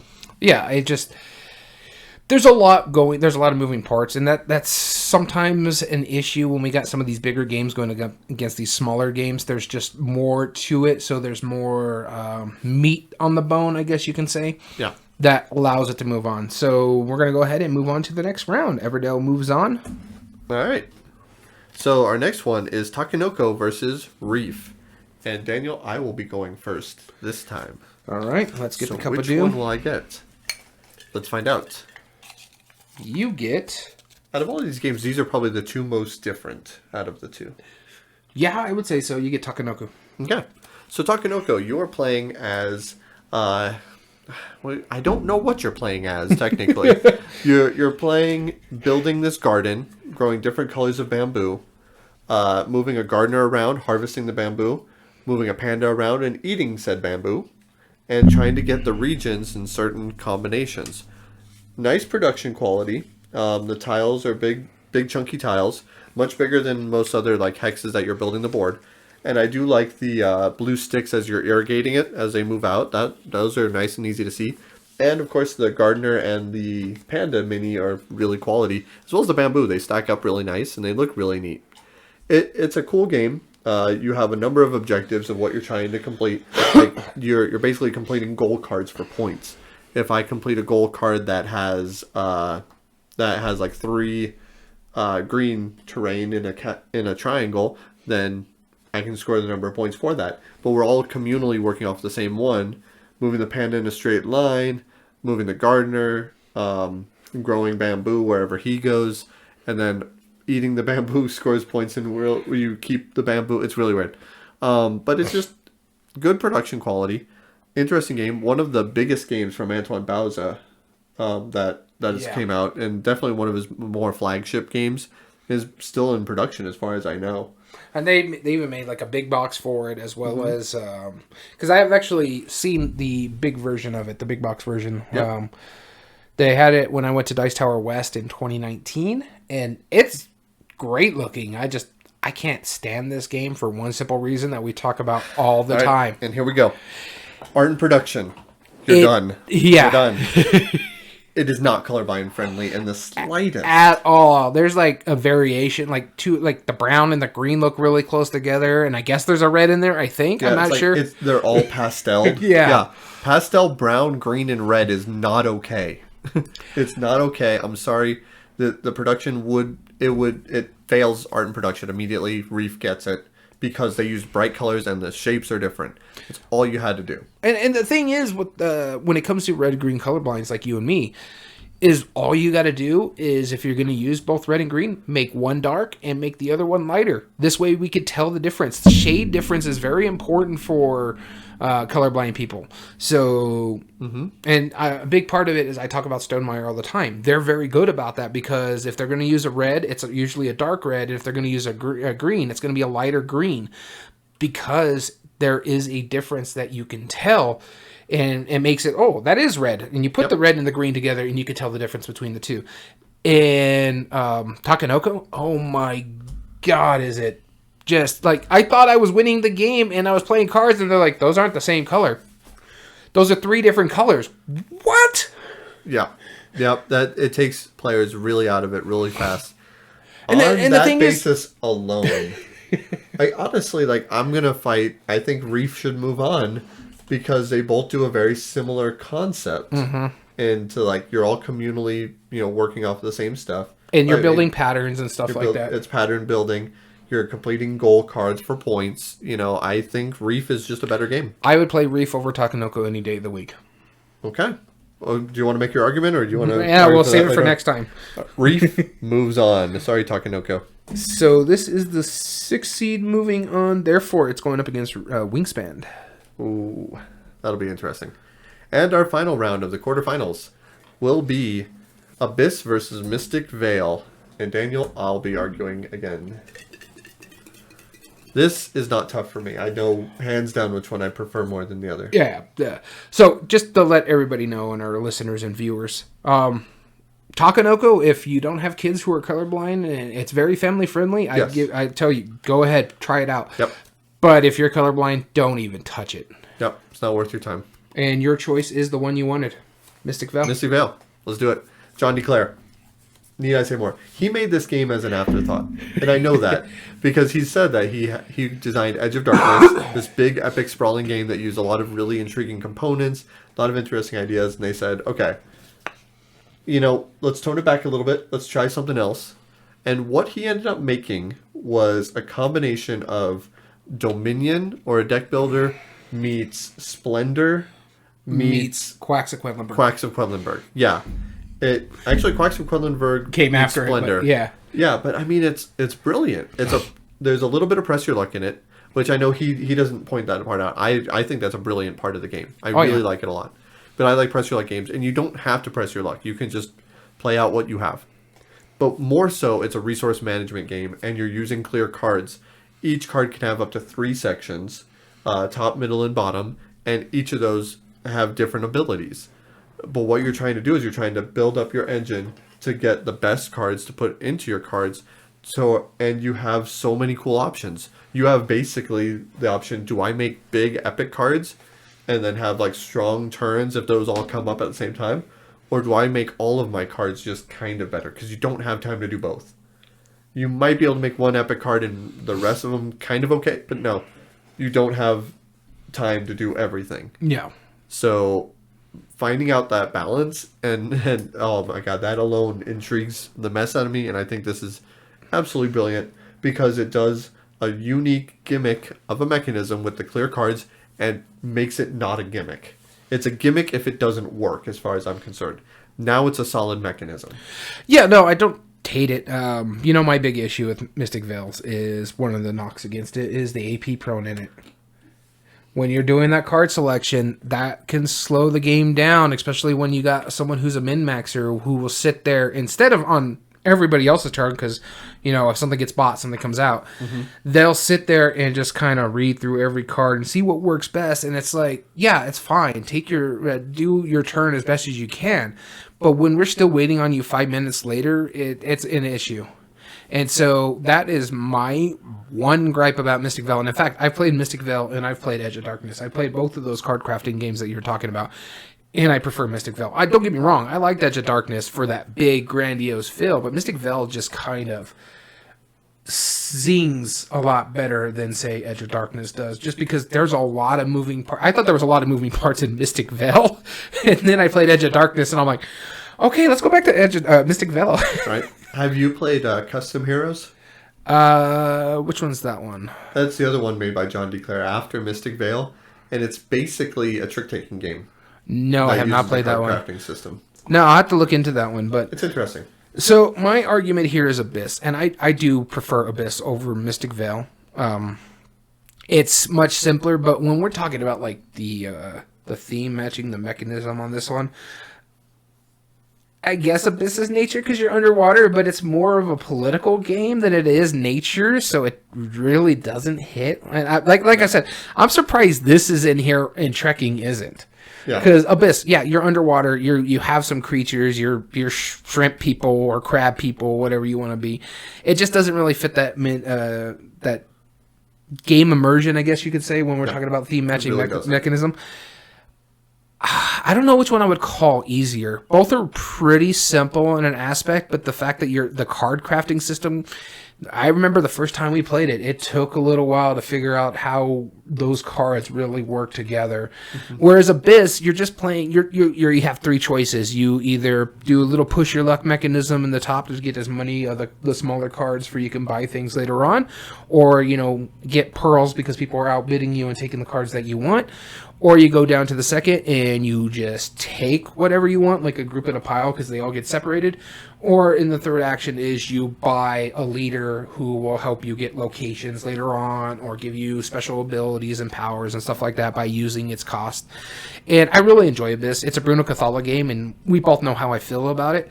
So when I'm looking at it, when it comes to ease of play, I think Abyss beats Mystic Vale, but barely, because again, the AP prone I have an issue with.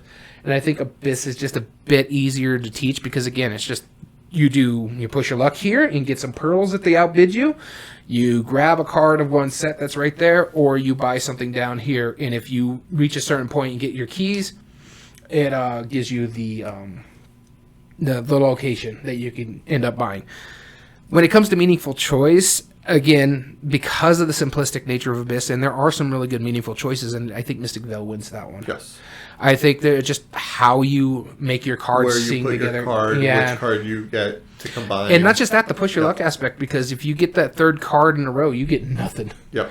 And so you got to be careful, like, do I pull another card? Do I not? Oh, wait, no, I don't want. There's 2 out here. I don't want to get that other one. Yep.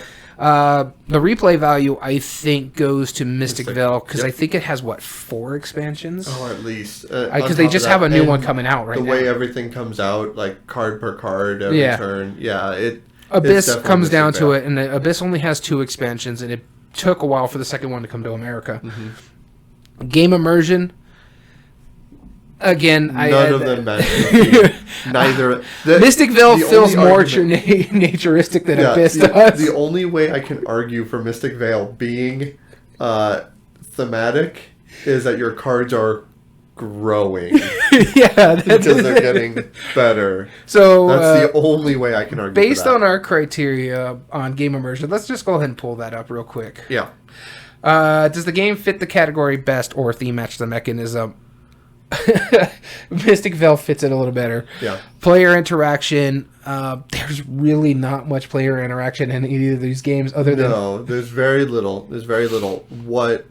The only player interaction really that Abyss has over it is the fact that the bidding, when you're pushing your luck or you're drawing the things out there, and then people are outbidding you for the thing. And what's cool about that mechanism, we didn't mention it because I don't think Abyss is going on, is that if someone buys it for 1, that then the next card that comes up, it's going to be at a minimum 2 of those pearls. Yeah. So it increases this way. You don't get outbid all the time. Are you talking for meaningful choice, or are you talking for game immersion? Because player interaction is thematic tabletop. Oh, yeah. And I'm calling it a wash because neither of them have it.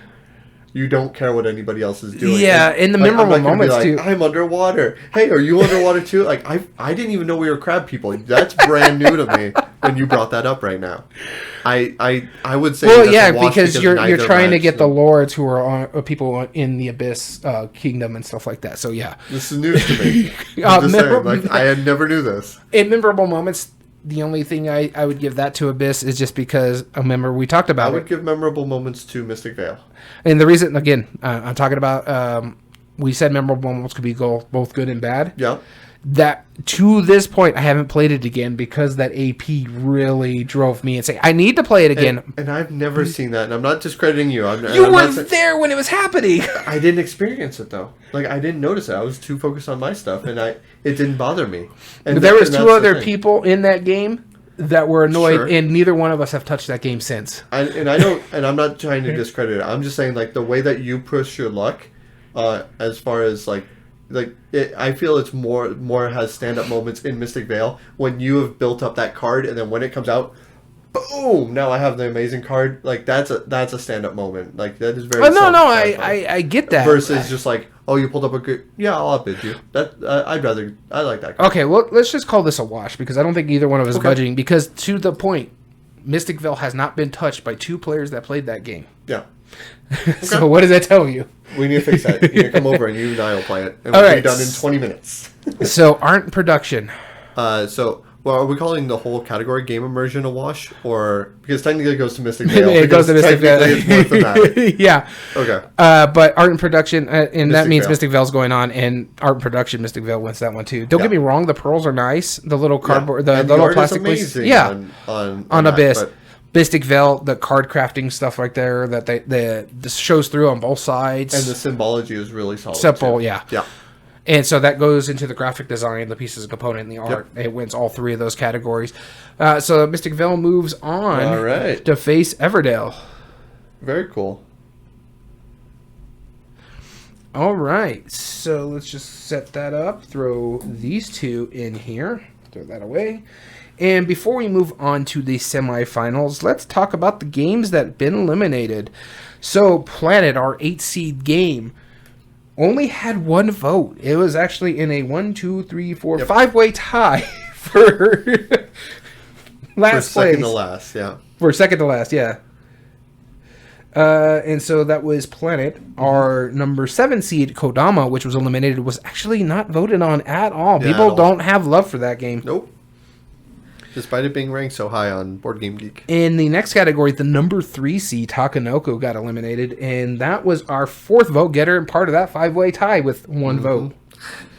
And finally, Abyss, the most recent one that just got eliminated. It was our 4th seed in this category, and it was actually our number 3 vote getter. It had 3 votes. Really? Wow. Yeah. Okay. Good deal. Bruno Cathala, man. Yeah, he hits. All right. So moving into our next round, we have our number 1 seed, Wingspan, going up against Reef. Let's see who goes first. Which is our 6th seed. Yep. As well as our number 2 seed, Everdale, will be facing our number 5 seed, Mystic Vale. And you're going first? I'll be going first. So I get either Wingspan or Reef. You get Reef. Okay. So Wingspan moves on. And let me tell you why. And don't get me wrong, I like Wingspan a lot. I do prefer Reef slightly. But all it is just a game of trying to find combos and patterns. That's the whole game. The production's good. I have one very, very minor complaint about the production. You ready to hear it? And it's probably not a big deal for most people, but it does bother me. The boards are slightly larger or slightly smaller than the size of the box. Meaning that if you have everything flush up against the box, there's a space, an empty space where pieces could potentially fall. Slight quibble. And you're a side shelfer. I am absolutely a side shelfer. Whereas I'm a flat shelfer, so... Yep. Now, which means I am required to place the pieces into bags. In order to prevent the everything getting all messed up in there. No, I don't. I wish those boards were just the size of the box, or small enough to fit in a well, or throw the insert away. Or make the pieces bigger, whatever. Just make it a little more concise. Where it fits a little snug in there. Yeah. What's worse is when you have player boards that are slightly larger than half of the size of the box, so you can't sit them next to each other. Yeah. Like sideways. Yeah. No, that drives me insane. That's just the worst. Is when they. Yeah, that drives me insane. This doesn't suffer from that. This is my only quibble against Reef. Reef is fine. It's a fun game. I enjoy it a lot. I think it's a really neat game for what it is because you're planning your turns in advance. You're like, oh, this will work for this turn. Ooh, this will work for this turn. And then you have like your hand of cards like in a row. You're like, oh yeah, my next 4 turns are going to be amazing. I'm going to love it, and it's really satisfying. But Wingspan is just a better game. No, I don't disagree with you on that at all. I do have to say, one thing I have to say about Wingspan that what makes me really, really enjoy it, and it's not just because I used to birdwatch when I was younger, and it just gives me that nostalgia feel as well. Yeah.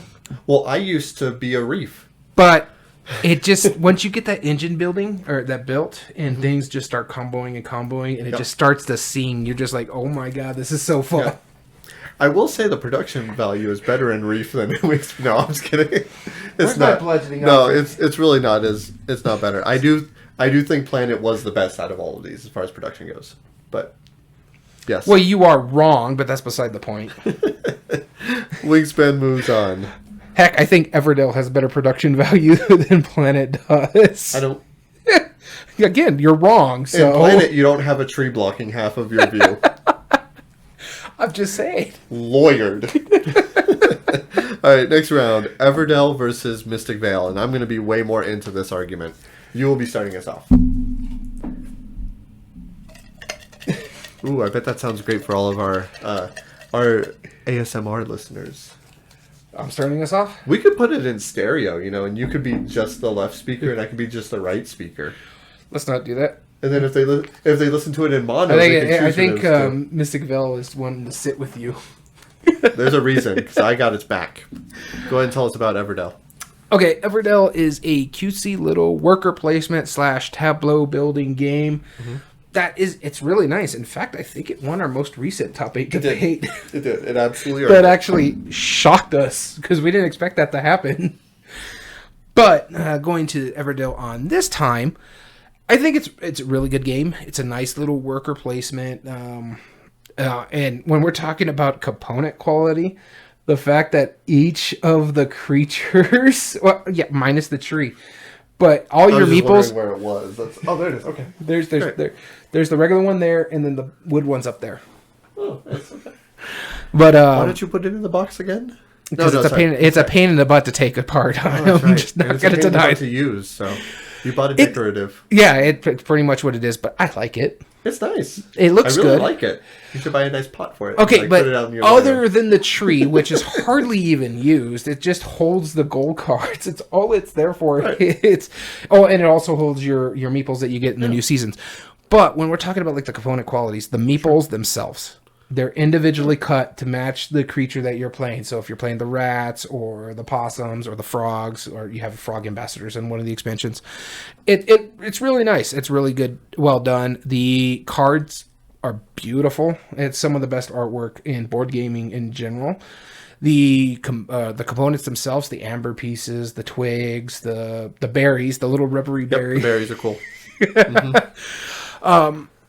So when I talk about like art and production, I think it wins barely. Not saying anything bad about Mystic Vale. Mystic Vale has some of the best art in games as well. When it comes down to it, the card crafting is basically just a sleeve with some art on it. Compared, I will save my argument for when I'm arguing.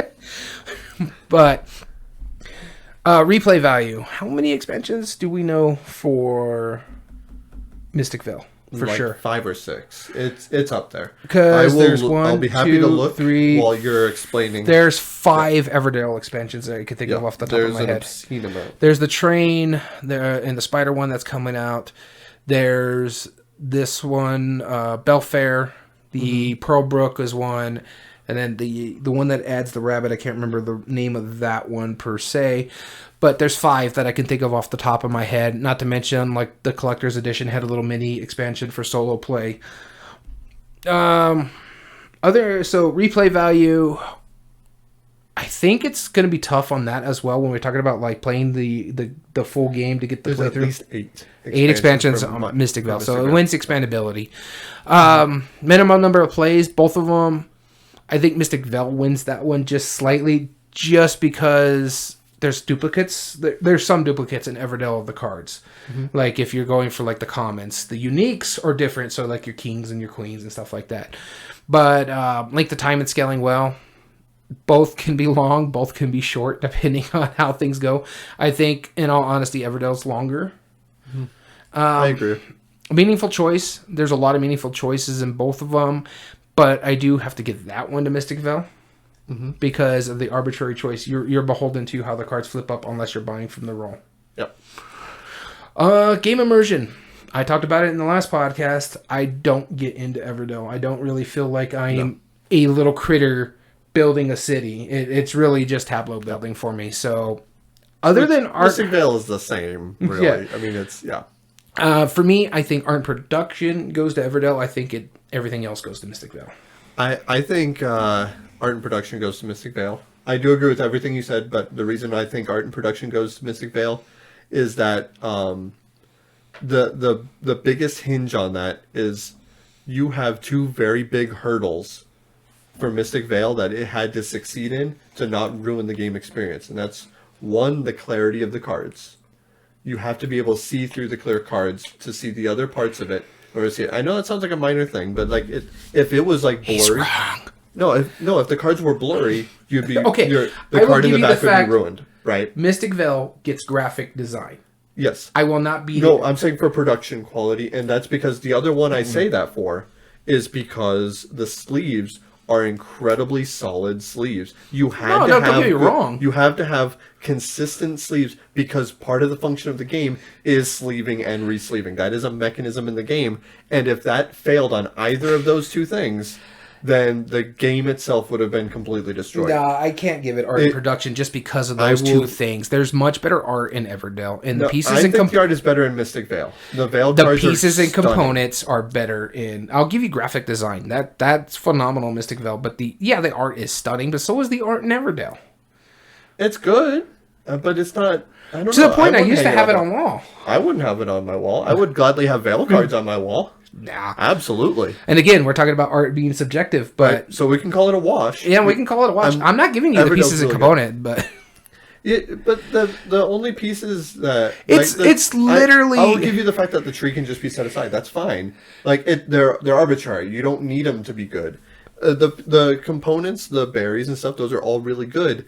I'm willing to call it a wash at best because functionally you need the component quality to be really good to do the card crafting well, and it does it. It hits it out of the ballpark.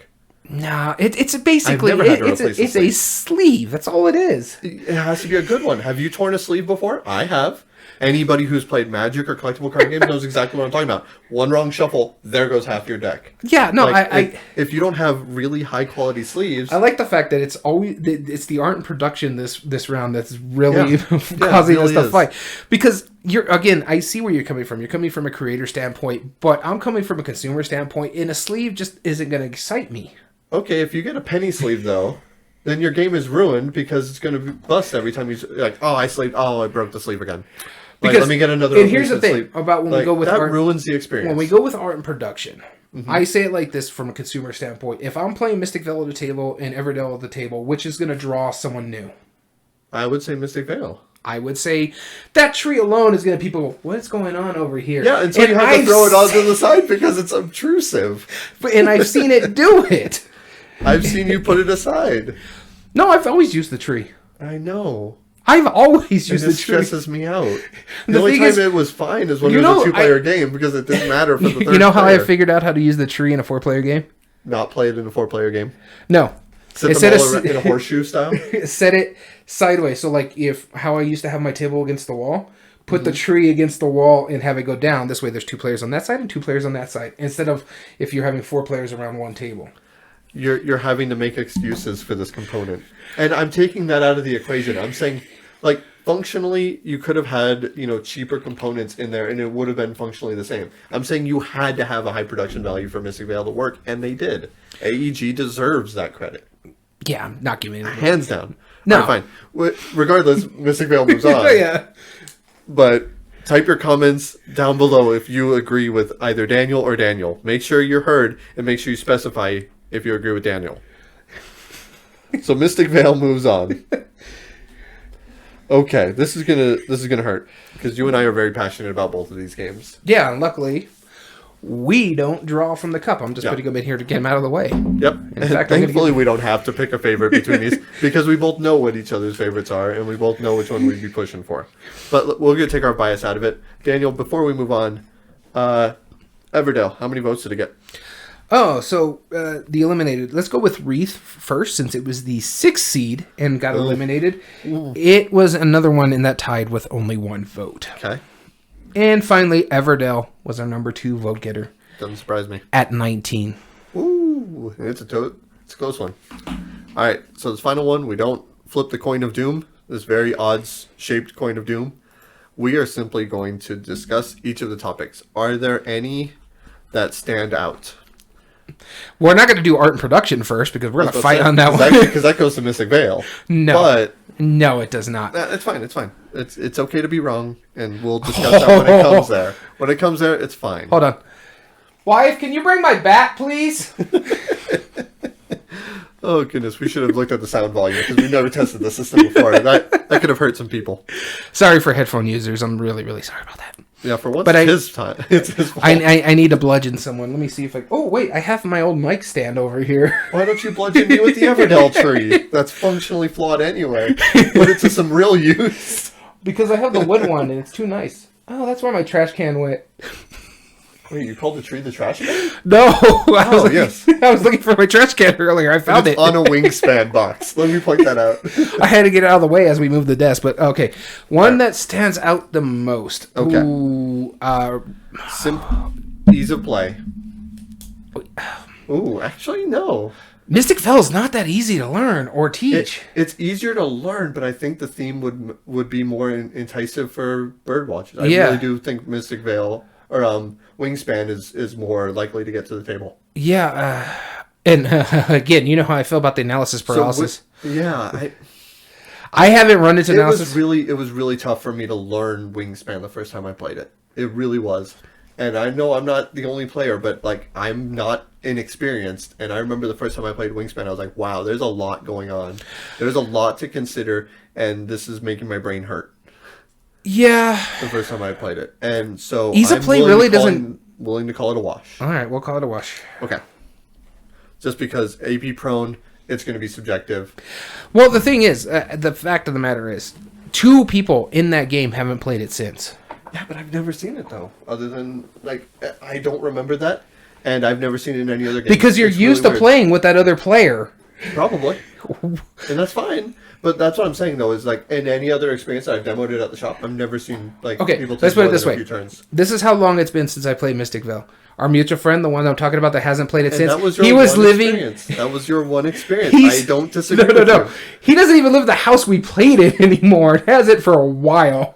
Okay. And neither do you. That is true. In fact, I think when I was living in a different apartment when we played it. Probably. No, I'm willing to call it a wash because I haven't seen it. I think the fact that you take half of your turn during other players' turns speeds up everything. I really do. Yeah, except for that one time where a 1 hour game, if that, took us 2.5 hours to play. That's how much I remember that game and how long it took. Well, it's because it was that much longer that you remember it. It was a longer experience, sure. If I spend like all day at Disneyland versus 20 minutes, I'm going to remember that all day. All right. Anyway. The one that jumps out at me... That's an arbitrary... is game immersion, and I think that goes to Wingspan. Okay. Because it fits the theme mechanism a lot better than Mystic Vale does. There's a lot more table talk in that one I've played. Yep.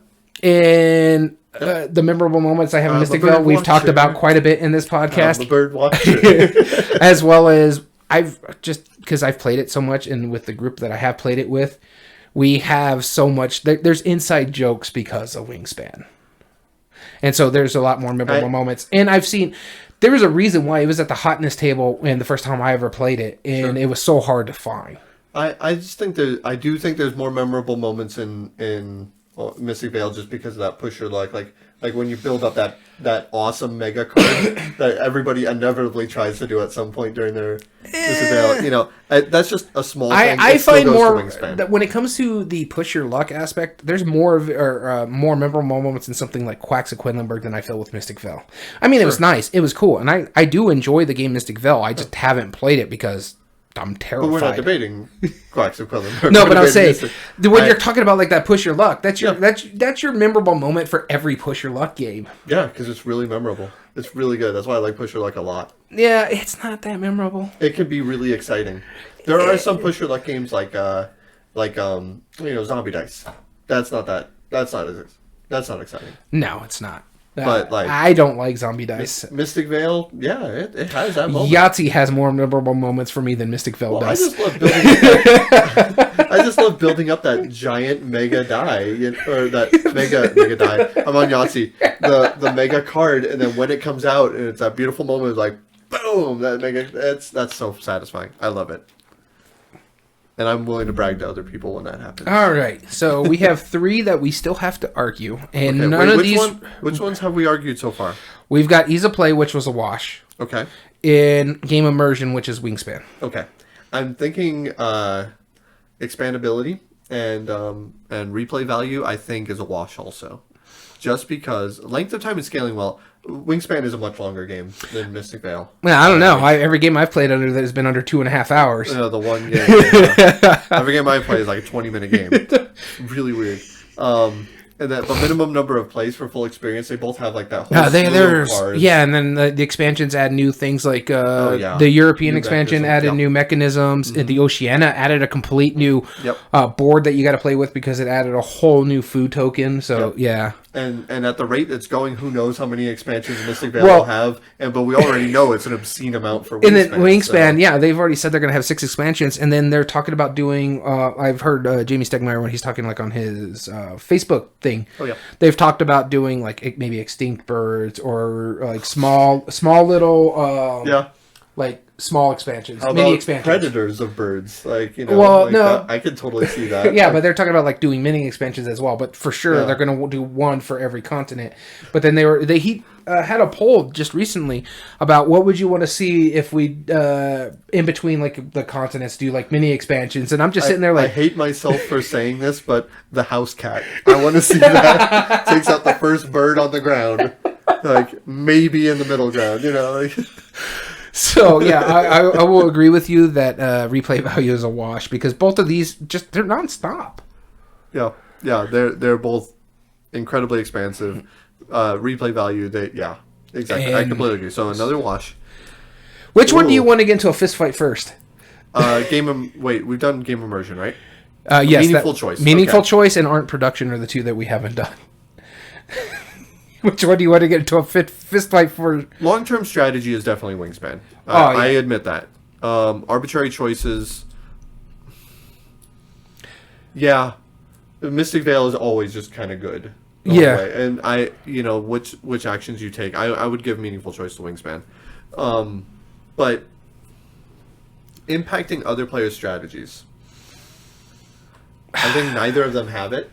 Yeah, unless you take a bird, but even then it's... Here's going to be my counter-argument. Arbitrary choices, you're kind of stuck with whatever you get with Wingspan. Yes and no. There are the 3 cards that are available, right? There's the 3 cards that are available. You could draw up. And you can draw up, whereas, Mystic Veil is just easier to do, and you know you're going to see it because of that cycle. But I also... what birds you plant in your field. I don't know. Planting the birds, huh? Planting the birds. Whatever birds you force into your aviary. No, but the thing is, there's things that mitigate that too. Like if you pull up a gold card, you get to choose 2 and keep one of them. You get to make that decision there. You have the 3 birds that are out there. The only like surprise, and that's just the mechanism for it, is that when you're a bird of prey, you have to have a wingspan under a certain aspect, which is fair. Yeah, it makes sense. Yeah, so I just don't know that it has any more arbitrary choices or any less arbitrary choices than Mystic Veil does because of the fact that you're like knowing when to press your luck. That's probably the only arbitrary choice because you don't know what's coming up. Yeah. But I wouldn't say that it has any more or less. I would. So what, you would rather call this a wash than that same one? Or that one category I would call a wash. Meaningful choice or meaningful choice? Yeah. Because impact on other strategies, they don't have it. Long-term strategy is Wingspan, so we'd give it to Wingspan. Wingspan, okay, yeah. And then finally, art and production, but honestly... It doesn't matter. Mystic Veil won. Mystic Veil won in art and production. No, Wingspan won, because it's 2 washes. I know. That's what I'm saying. Throw me a bone. Give me art and production. No. I'm gonna give that point to Mystic Veil. Mystic Veil doesn't have an art book written... Yet. Based off its art. That's because AEG doesn't do art books.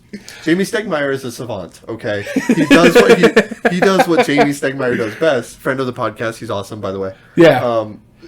His interview is still our best YouTube. It's because it was a great interview. Yeah. No, because he's a genuinely nice guy. It's ridiculous. He has no right being that nice because he makes normal people like Daniels look terrible.